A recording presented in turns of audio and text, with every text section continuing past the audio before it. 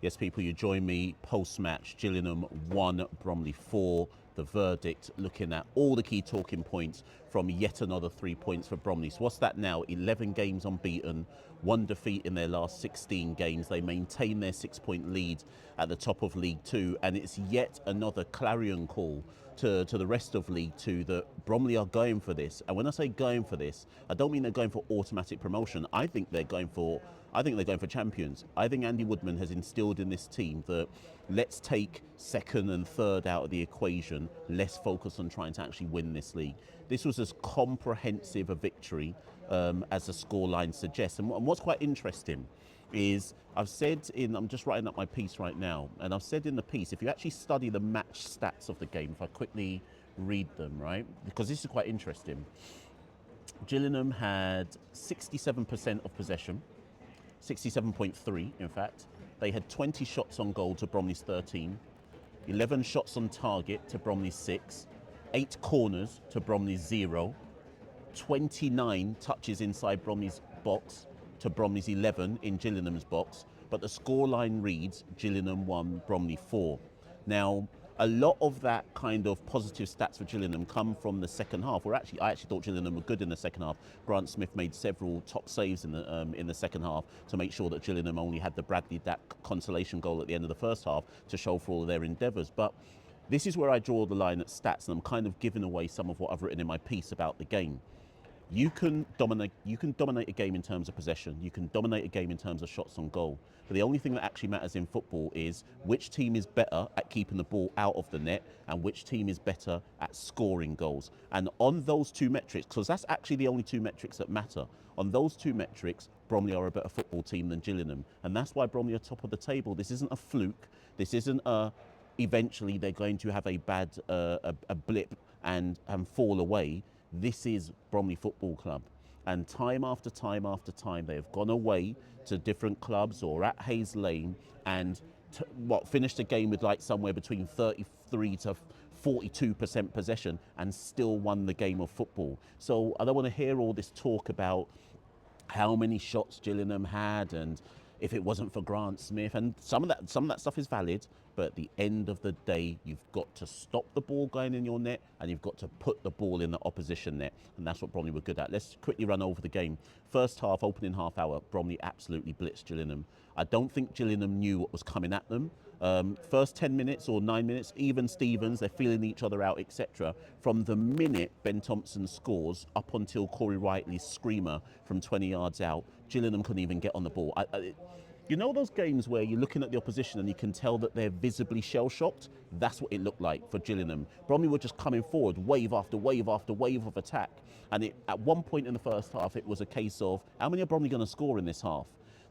Ben Thompson lobs one over the bar. There was another chance, I think, from Corey. At one point in the first half, I thought Bromley were going to win the first half 5-0 or something to that effect. They get the consolation goal from Bradley Dack at the back end of the first half. That's a mistake from Grant Smith. Should have held Gareth McCleary's shot.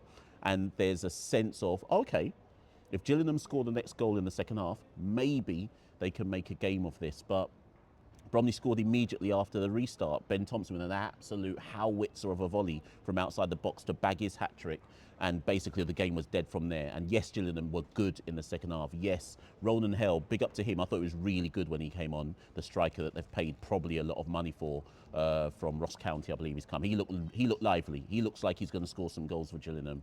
And Bromley, to an extent, sat on that 4-1 lead, but they still didn't concede all the same. I think the issue for Gillingham in the first half was the midfield.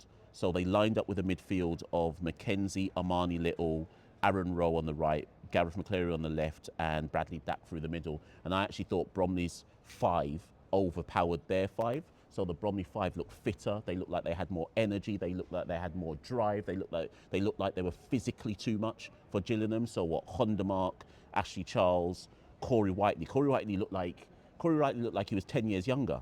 Corey Whiteley, Ben Thompson as second striker behind Cheek, and obviously Mitchell Pinnock as well.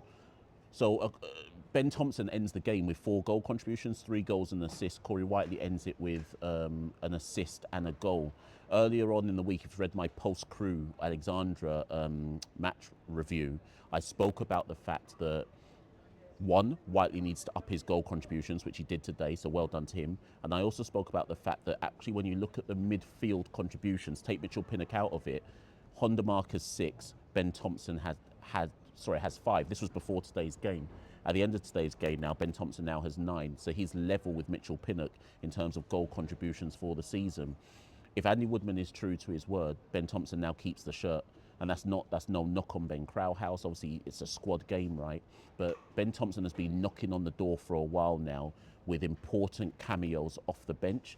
If you start a guy and he scores a hat-trick and gets an assist, you can't drop him. He's supposed to be in the team now for the next however many games. And he's very astute at how he uses his squad. He tends to pick the right moment to put them in and take them out. I think Thompson should be banging on Andy Woodman's door on Monday and saying, listen, Andy, it's my time now.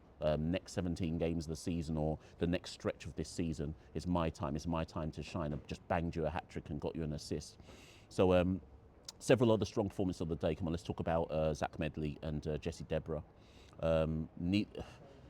If you didn't know that Deborah and Medley were on debut, I'm not sure you would have known.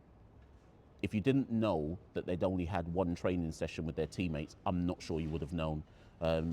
Rarely have I seen a club bring in 2 centre-backs and they fit the profile immediately of what you're looking for without training sessions really behind them and just play like for like of what you would have wanted from Omar Shomi, Deji Eleraway when he was here, Carl Cameron, etc.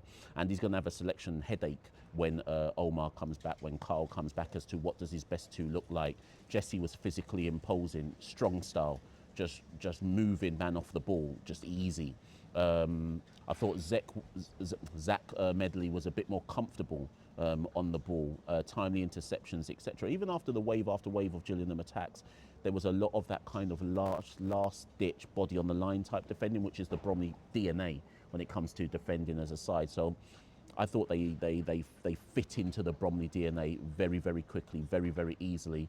Quite impressive. Let's see how they go from here. Marcus Eiffel came back from injury. I thought he was very good. There are a few players on that pitch today who, because they were just good and didn't score any goals, they'll go understated. But I thought Eiffel had a strong game at right back. And actually, a shout out to Michael Cheek. Cheek didn't score, didn't get an assist, but I thought he gave a brilliant target man performance. Pretty much won. He was up against 2 defenders in the first half, then Jill switched to 3 I think they switched to 3 at the back at times, and he was up against 3 and he was still winning first contact, still laying off to the advancing midfielders. I think a lot of Bromley's strong performance through the midfield today comes from the fact that there was so much stickability with Cheek up front, and that kind of then allowed the likes of Whiteley to onrush on, Ben Thompson to pop up in the pockets in and around Cheek, Mitchell Pinnock, etc., and even Honda Mark advancing through midfield as well. So don't overlook Michael Cheek's performance. I thought that was a super target man performance today as well. So listen, Gills fans, because a lot of fans from other clubs tend to watch my verdicts, and I'm intrigued to see what Gills fans say about this. If they think I'm being too harsh, or if they think that it's fair. Like I say, Gills had more of the ball. Gills had more shots, but Bromley were better where it actually matters. In both boxes, Bromley were better where it actually matters, and that's all that matters for me about who deserves to win and so on and so forth. Scorelines don't lie. Gillingham 1, Bromley 4.